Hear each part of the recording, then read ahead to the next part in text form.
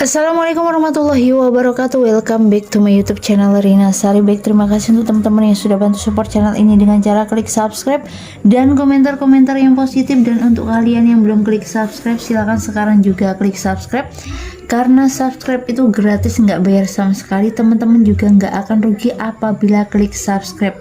Itu adalah bentuk support teman-teman ke channel ini agar lebih maju dan berkembang, khususnya untuk memberikan tutorial-tutorial yang insya Allah menarik dan bermanfaat untuk kalian semua. Oke, so langsung saja klik subscribe sekarang. Saya akan memberikan waktu kurang lebih 3 detik untuk teman-teman bisa klik subscribe terlebih dahulu ya. Oke, 3, 2, 1. Baik, terima kasih. Saya akan menganggap bahwa teman-teman sudah klik subscribe. Nah, untuk adik-adik semuanya ya, di video sebelumnya ya kita sudah sama-sama belajar dan membahas tentang ini ya. Ini soal asli ya guys ya. Soal asli matematika kelas 9 ya, ujian sekolah SMP. Oke. Di video sebelumnya itu sudah 2 part ya, dari nomor 1 sampai dengan nomor 8. Oke. Kenapa nggak langsung sekaligus, Kak? Ya biar nyambung ya guys ya, biar nggak terlalu banyak videonya, karena kalau videonya banyak itu nguploadnya juga lama ya guys, susah ya, kadang-kadang nggak ke upload gitu. Terus kalau kita pelan-pelan dikit-dikit kan soalnya, jadi kalian juga belajarnya bisa benar-benar serius ya, harapannya gitu sih. Oke, lanjut langsung masuk ke soal nomor 9. Hasil dari 2 pangkat negatif 6 adalah. Oke ya, di matematika itu ada sifat ya guys ya. Sifat ini nggak bisa dirubah. Kalau misalnya ada A pangkat negatif X, ini jadinya 1 per A pangkat X. Ini adalah sifat, nggak bisa dirubah ya guys. Kalau udah sifat mutlak ya, sama kayak manusia, kalau udah sifatnya begitu ya susah rubahnya gitu ya.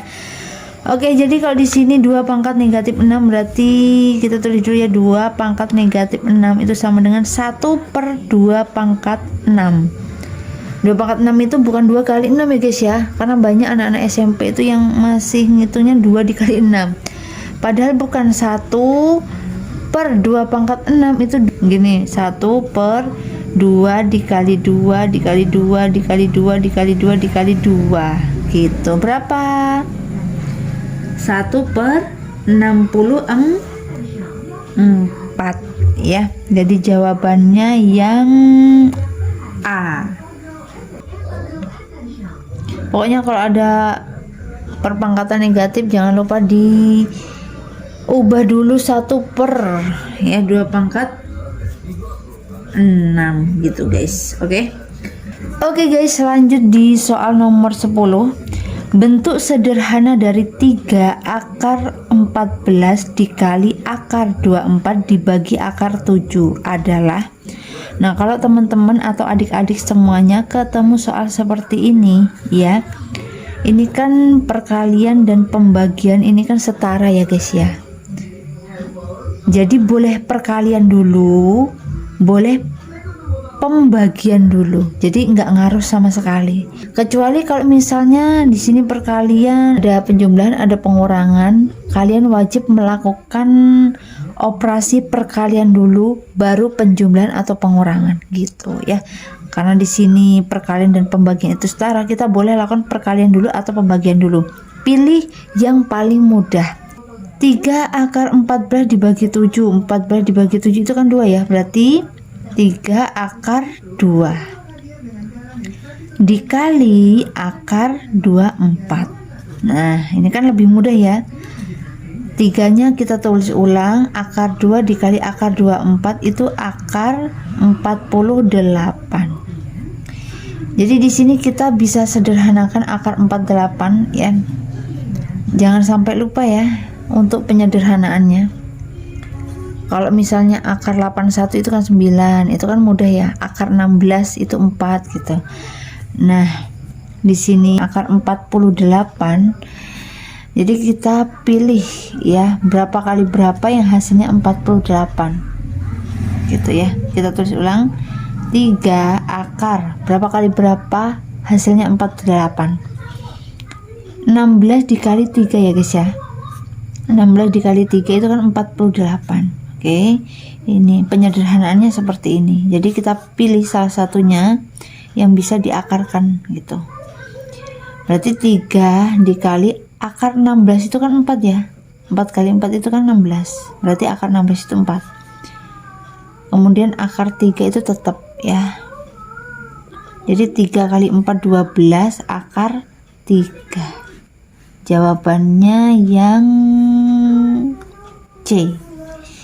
Oke ya. Kita lanjut di soal nomor 11 ya guys. Ini nomor 9, 10, 11 ini mudah-mudah banget ya. Kalau kalian belajar ini pasti bisa ya untuk 9, 10, 11. Ini cuma konsepnya saja. Tapi untuk soal-soalnya ini mudah. Yang penting kalian paham konsepnya. Ya matematika itu gitu. Kalau kalian cuma bisa ngitung atau ngapal aja tanpa paham konsepnya, ya itu kesusahan ya guys ya. Tapi kalau kalian paham konsepnya, insya Allah bisa juga rumusnya gitu. Oke, bentuk sederhana 6x ditambah 8y dikurang 5z dikurang 2x dikurang 10y ditambah 8z adalah, kalau ketemu soal seperti ini kita harus kelompokkan dulu ya, yang x dengan x, yang y dengan y, yang z dengan z. Berarti 6x dikurang 2x ditambah 8y dikurang 10y dikurang 5z ditambah 8z. Oke, kalau kayak gini udah gampang ya guys ya. 6x dikurang 2x 4x plus 8y dikurang 10y itu min 2y. Kok bisa kak? Saya sudah jelaskan di video sebelumnya ya, di part pertama. Jadi saya nggak mau ngulangin lagi. Kalau misalnya adik-adik masih kebingungan ini caranya, kalian cek video sebelumnya, oke? Kemudian di sini min 5z ditambah 8z itu plus 3z. Oke, jawabannya yang D ya. Oke, jawabannya D untuk nomor 11. Oke guys, kita lanjut di soal nomor 12. Diketahui P merupakan penyelesaian dari persamaan 4. Ini ada buka kurung ya, 2x dikurang 1 sama dengan 3 dikali 3x dikurang 2. Nilai P dikurang 1 adalah, ini kelihatannya sulit ya guys, tapi sebenarnya ini soalnya mudah banget ya. Ini kelihatannya aja yang sulit. Oke, kita isi di sini ya.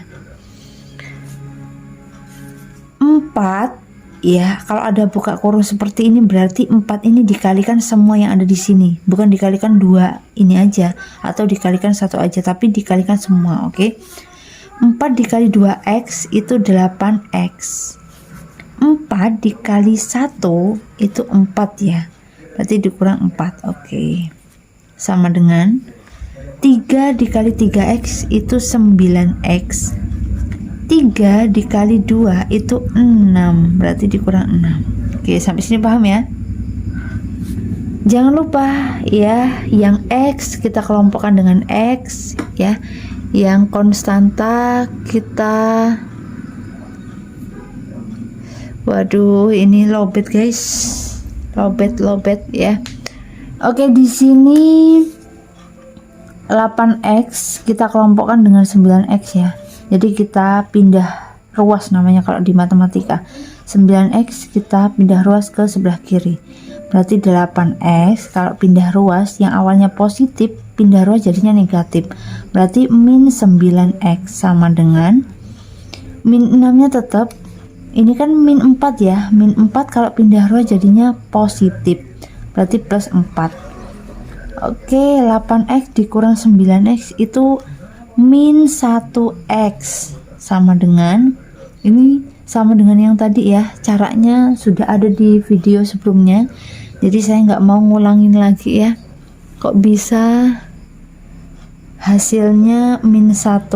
Ini pelajaran SD ya sebenarnya, jadi ini harus di luar kepala, kalian harus benar-benar hafal, harus benar-benar paham dan tahu kok bisa hasilnya min, kok bisa hasilnya plus gitu. Karena kalau kalian ini saja nggak bisa atau masih kebingungan, apalagi soal-soal selanjutnya gitu ya. Karena kalau di matematika itu saling berkesinambungan, saling berhubungan. Kalau yang pertama aja nggak bisa, yang awalnya susah, kesusahan, kalian harus benar-benar belajar ya. Karena untuk materi selanjutnya itu biasanya berkesinambungan atau berhubungan satu dengan yang lainnya ya, sama dengan aku dan kamu, asik. Nah ini min 6 ditambah 4 itu hasilnya min 2 ya. Jadi X sama dengan min 2 per min 1 ya. Karena ini kan perkalian ya, kalau pindah row jadinya pembagian. Jadi X sama dengan min 2 dibagi min 1 hasilnya 2. X nya 2. X itu sama aja dengan P ya. Jadi X sama dengan P. X nya ini kan 2, berarti 2 dikurang 1 hasilnya 1. Jawabannya C. Oke ya guys, mungkin itu saja video hari ini yang bisa saya sharing ke teman-teman, ke adik-adik semua ya. Semoga bermanfaat.